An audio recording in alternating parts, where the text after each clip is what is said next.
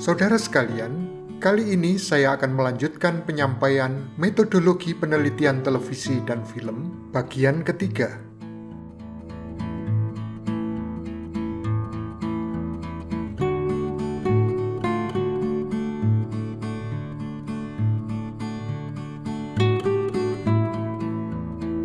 Latar belakang masalah atau disingkat LBM, memaparkan fenomena dan fakta atau informasi yang menunjukkan adanya permasalahan penting yang hendak diteliti.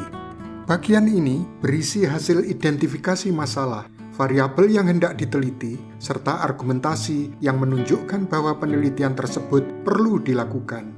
Dengan kata lain, bagian ini secara singkat dan jelas menguraikan alasan mengapa topik penelitian tersebut yang dipilih dan mengapa penelitian tersebut harus dilaksanakan. Pada bagian ini perlu diuraikan tentang fakta atau fenomena yang sedang terjadi, dan itulah yang menjadi alasan utama mengapa penelitian ini perlu diadakan. Dalam LBM perlu ditelaah berbagai fenomena yang disusun dengan baik sesuai dengan aturan yang telah ditetapkan. Pada umumnya, LBM mengungkapkan 4 hal sebagai berikut. Pertama, isu-isu. LBM mengemukakan isu-isu aktual dan isu-isu itu merupakan persoalan penting yang harus diselesaikan. Isu-isu tersebut dapat berupa gejala, fenomena, atau permasalahan yang hangat dan sedang ramai diperbincangkan saat ini. Yang dimaksudkan dengan isu di sini berbeda dengan gosip. Jika suatu pernyataan tentang masalah tertentu masih dapat dibantah, maka pernyataan itu tidak bisa dikatakan sebagai isu. Kedua, mengungkapkan fakta-fakta. Salah satu hal yang dapat dielaborasi dalam LBM adalah menguraikan fakta-fakta yang memperkuat isu. Artinya, ada keyakinan kuat bahwa isu yang diangkat tidak mengada-ada, melainkan nyata. Fakta-fakta yang dimaksud pada umumnya data yang berupa angka-angka, namun tidak tertutup kemungkinan data-data kualitatif. Sumber data maupun fakta tersebut selayaknya disebut, misalnya berasal dari media massa, artikel, laporan sebuah instansi, atau hasil penelitian sebelumnya. Tentu saja si peneliti juga berkewajiban memperhatikan bobot dan keaktualan fakta-fakta yang diangkat tersebut. Ketiga, menguraikan kebutuhan penelitian. Peneliti perlu menguraikan kebutuhan penelitian, yakni memberi argumentasi atau justifikasi untuk apa suatu masalah dipecahkan melalui penelitian tersebut. Suatu penelitian dianggap memiliki bobot nilai lebih bila hasilnya dapat dimanfaatkan untuk menyelesaikan suatu permasalahan atau untuk kepentingan lainnya. Keempat, memiliki tingkat kesulitan berkaitan dengan pemecahan masalahnya. Selain menarik, masalah yang diangkat ke dalam penelitian tersebut masih langka atau jarang mendapat perhatian. Jadi, jika masalah tersebut dikaji, akan menjadi bahan masukan atau informasi berharga bagi siapapun yang terkait dengan masalah yang diteliti tersebut. Pada bagian LBM ini, si peneliti harus melakukan analisis masalah agar permasalahan menjadi jelas. Melalui analisis masalah inilah, si peneliti dapat menunjukkan adanya suatu penyimpangan, sekaligus menyatakan mengapa hal itu perlu diteliti. Pada bagian LBM, tercantum dengan jelas alasan mengapa suatu penelitian dilaksanakan dan apa yang ingin dicapai atau diketahui dari pelaksanaan penelitian tersebut. Fakta dan data pendukung harus diungkapkan. Banyak orang mengalami keraguan dalam memutuskan data yang layak dimasukkan dan mana yang tidak. Hasil-hasil penelitian apa yang perlu dikutip, mana yang perlu dicantumkan dalam LBM, dan mana yang tidak. Dengan demikian, jelaslah bahwa hanya bahan-bahan yang mengarah pada hipotesis saja yang digunakan dalam LBM. Bahan-bahan tersebut disusun menurut urutan yang logis. Bahan-bahan yang dapat ditampilkan dalam LBM adalah: pertama, LBM memuat berbagai faktor yang menjadi perhatian peneliti. Inilah yang disebut dengan latar belakang faktual. Peneliti mengidentifikasi masalah-masalah yang relevan. Kedua, LBM mencantumkan berbagai informasi kasus, baik berdasarkan bacaan referensi maupun pengamatan secara langsung di lapangan. Juga hasil-hasil penelitian sejenis. Inilah yang disebut latar belakang teoritis. Peneliti mengaitkan kasus yang satu dengan yang lain sehingga terlihat bagaimana kasus-kasus kontemporer berkaitan dengan kasus-kasus terdahulu dan bagaimana teori-teori yang dapat menjelaskan fenomena tersebut mengalami perubahan atau penyesuaian dari waktu ke waktu. Ketiga, LBM menjadi tonggak problematik yang memuat berbagai persoalan yang akan dielaborasi pada bab-bab berikutnya. LBM menunjukkan alur berpikir sehingga memudahkan peneliti dalam mensistematiskan permasalahan yang hendak dipecahkan. Selain itu, LBM berisi argumentasi mengapa penelitian tersebut penting dan harus dilakukan. Di sini, penting untuk diuraikan apa permasalahannya dan apa akibat yang ditimbulkan permasalahan tersebut. Menggambarkan situasi makro maupun mikro yang dilengkapi dengan fakta dan data-data lapangan yang memadai. Menunjukkan sebab-sebab terjadinya masalah. Apa yang seharusnya terjadi dan bagaimana kenyataan yang ada, atau dengan kata lain, terjadinya kesenjangan antara apa yang diharapkan dengan kenyataan. Menunjukkan hasil kajian teoritis dibandingkan dengan fenomena yang ada sehingga penelitian menjadi menarik. Hal ini membantu pembaca dalam memahami dan menilai hasil penelitian yang pernah ada serta memberi justifikasi pada langkah selanjutnya, memberi manfaat besar bagi masyarakat atau dunia keilmuan. Di dalam LBM, peneliti mengemukakan alasan pokok mengapa dia memilih masalah tertentu untuk diteliti. Dia boleh menjelaskan keinginannya untuk mengungkapkan suatu gejala, konsep, atau dugaan yang sedang dipikirkan. LBM menguraikan secara singkat lingkungan di seputar masalah yang akan diteliti, yang meliputi peristiwa tertentu yang menyebabkan suatu penelitian diperlukan, dan belum tuntasnya literatur dalam menjawab permasalahan atas fenomena tersebut. Sebagian peneliti atau penulis karya ilmiah mengalami kebingungan dan kesulitan ketika mengawali tulisannya. Kebingungan tersebut pada akhirnya ditindaklanjuti dengan copy and paste tulisan orang lain dengan standar yang sama. Misalnya dalam penelitian film, banyak yang memulai dengan tulisan film adalah dan seterusnya. Atau ketika meneliti program televisi, penjelasan dimulai dengan televisi adalah dan seterusnya. Tulisan yang dimulai dari suatu titik atau konsepsi yang luas seperti ini biasanya menjadi tulisan yang bertele-tele, menjelaskan sesuatu yang sesungguhnya bukan fokus utama penelitiannya. Tulisan yang bagus adalah yang sejak awal disuguhkan secara lancar dan langsung pada permasalahan, sehingga menarik untuk dibaca.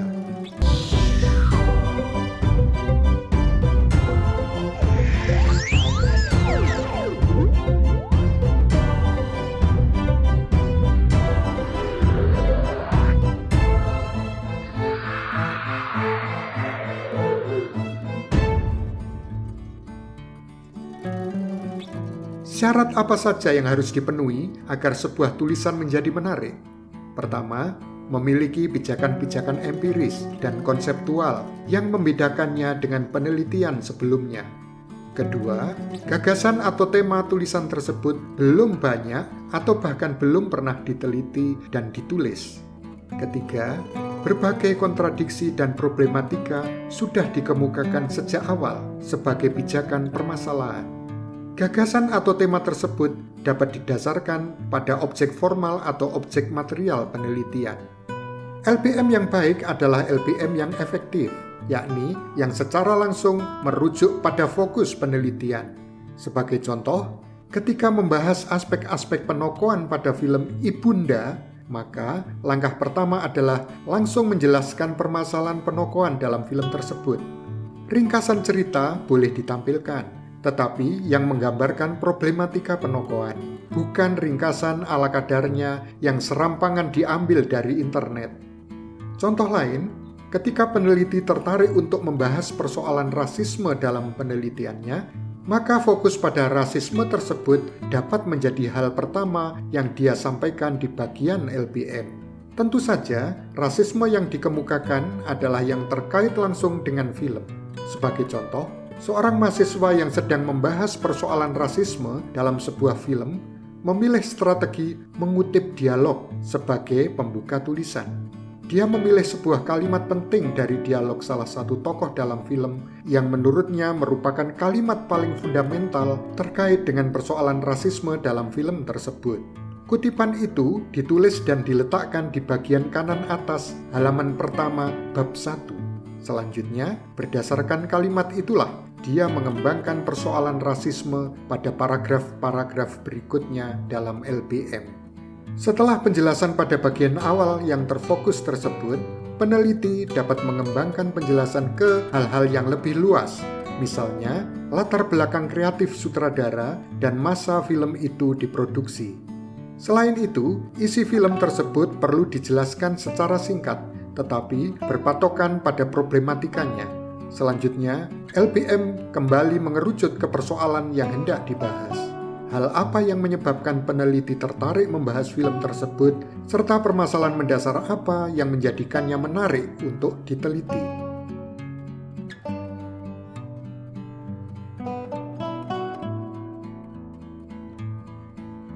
Pada saat memulai menyusun LBM, peneliti tidak dapat melepaskan diri dari pemahaman tentang dua objek dalam penelitian, yakni objek material dan objek formal. Kedua hal ini merupakan fondasi dasar suatu penelitian ilmiah. Tanpa dua hal ini, mustahil suatu penelitian dilakukan.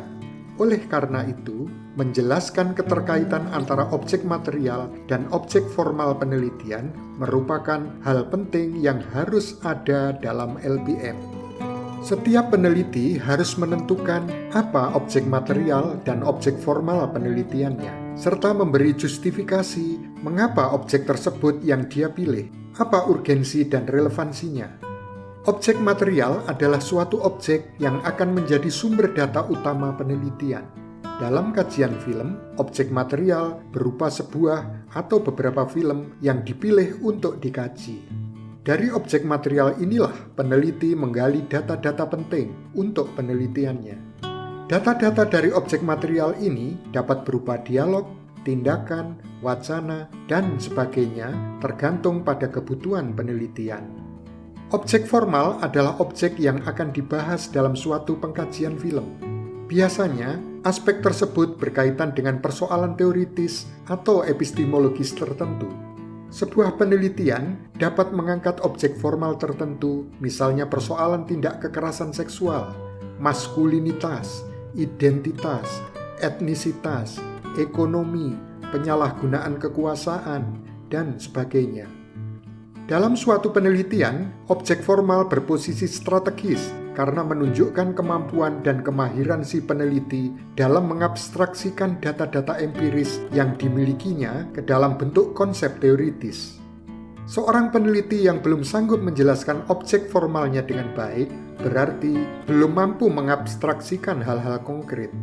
Pada titik ini, kerja penelitian merupakan kerja dinamis. Di satu sisi, peneliti dituntut mampu mengonkretkan hal-hal abstrak, yakni mengejawantahkan konsep-konsep tertentu, namun di sisi lain dia harus mampu mengabstraksikan atau mengonseptualisasikan hal-hal konkret. Terdapat berbagai cara menemukan objek formal. Sebagian peneliti memulai langkahnya dari data awal yang telah dikumpulkan. Misalnya, terlebih dahulu melihat aspek-aspek apa yang menonjol atau yang menarik pada suatu karya film. Persoalan erotisme contohnya banyak muncul pada film-film sebelum era 2000-an. Film remaja banyak muncul pada film-film Indonesia era 2000-an. Persoalan nasionalisme banyak terdapat pada film-film Indonesia era 2010-an. Persoalan semacam ini dapat dijadikan sebagai objek formal suatu penelitian.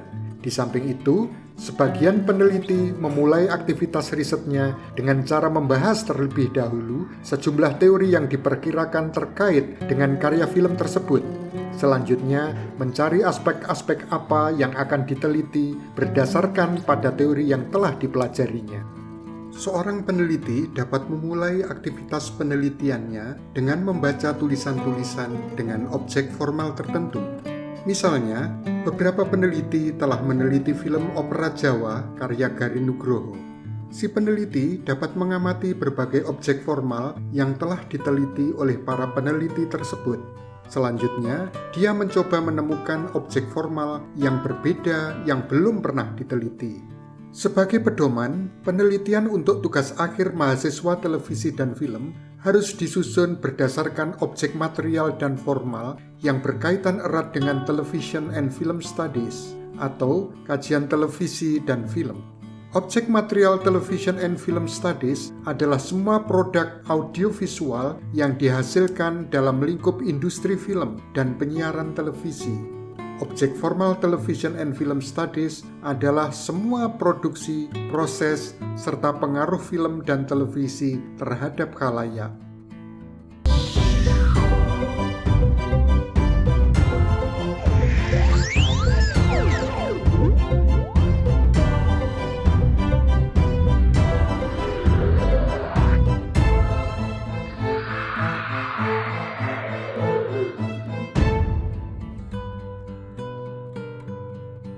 Penelitian kualitatif cenderung menggunakan kata landasan teori karena teori akan digunakan sebagai landasan untuk membuat alat ukur penelitian. Sementara itu, penelitian kualitatif pada umumnya menggunakan kata kajian teori, sebab teori yang dibaca dijadikan sebagai bahan untuk membantu memahami fenomena penelitian. Hipotesis penelitian merupakan jawaban sementara peneliti terhadap masalah penelitian yang diajukannya. Hipotesis tersebut akan dibuktikan kebenarannya melalui penelitian yang dilakukan. Hipotesis biasanya digunakan pada penelitian kuantitatif, meskipun dalam penelitian kualitatif boleh saja digunakan oleh si peneliti. Hipotesis tidak mutlak harus ada dalam penelitian kualitatif, tetapi menjadi persyaratan penting dalam penelitian kuantitatif. Cara ilmiah adalah kegiatan penelitian yang didasarkan pada kaidah-kaidah keilmuan yang meliputi rasional. Penelitian harus dilakukan dengan cara yang logis atau masuk akal, sehingga hasilnya terjangkau penalaran manusia. Pertama, rasional. Kedua, empiris. Masalah atau fokus penelitian harus dapat diamati oleh indera manusia sehingga orang lain dapat mengamati dan mengetahui cara yang digunakan. Ketiga, sistematis. Proses penelitian yang dilakukan menggunakan langkah-langkah yang logis dan bertahap. Setiap penelitian harus didasarkan pada data yang diperoleh selama proses penelitian. Data yang dianggap layak adalah yang memenuhi sejumlah kriteria berikut. Pertama, valid atau sahih. Data penelitian yang sahih adalah yang mampu menunjukkan derajat ketepatan antara keadaan yang sesungguhnya dengan data yang dapat dikumpulkan oleh peneliti. Misalnya, jika data penelitian menunjukkan bahwa jumlah produksi film nasional mencapai 100 judul pada tahun 2010, maka pada kenyataannya sebesar itulah jumlah produksi film nasional pada tahun yang sama. Kedua, reliable atau ajek. Data penelitian harus menunjukkan derajat konsistensi dalam interval waktu tertentu. Misalnya, jika data penelitian pada hari ini menunjukkan bahwa pengunjung gedung bioskop di Indonesia hanya 0,5%, maka pada beberapa minggu berikutnya, data baru yang diperoleh juga menunjukkan kisaran angka tersebut. Ketiga, objektif. Data penelitian menunjukkan derajat persamaan persepsi berkenaan dengan kesepakatan sejumlah orang atau interpersonal agreement. Misalnya, data penelitian yang diperoleh dari hasil wawancara dengan sutradara tentang produksi suatu program televisi harus sama dengan hasil wawancara dengan asisten sutradara. Jika terjadi perbedaan hasil wawancara, maka data tersebut tidak objektif.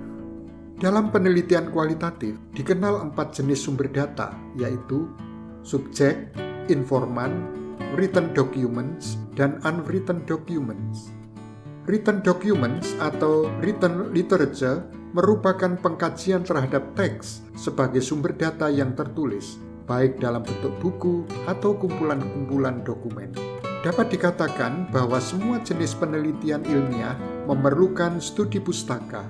Meskipun antara riset pustaka atau biasa disebut library research atau literature review dan riset lapangan atau field research sering dianggap berbeda. Keduanya tetap memerlukan penelusuran pustaka atau literatur. Perbedaan yang utama hanya terletak pada tujuan, fungsi, dan atau kedudukan studi teks atau telaah kepustakaan dalam masing-masing penelitian tersebut. Pada riset lapangan, penelusuran pustaka terutama dimaksudkan sebagai langkah awal dalam menyiapkan kerangka penelitian atau research design untuk memperoleh informasi sejenis, memperdalam kajian teoritis, atau mempertajam metodologi. Berbeda dengan riset pustaka atau kajian teks, penelusuran teks berfungsi lebih dari sekedar melayani fungsi-fungsi yang ada pada kajian lapangan. Analisis atau kajian teks sekaligus memanfaatkan sumber kepustakaan untuk menjalankan penelitian.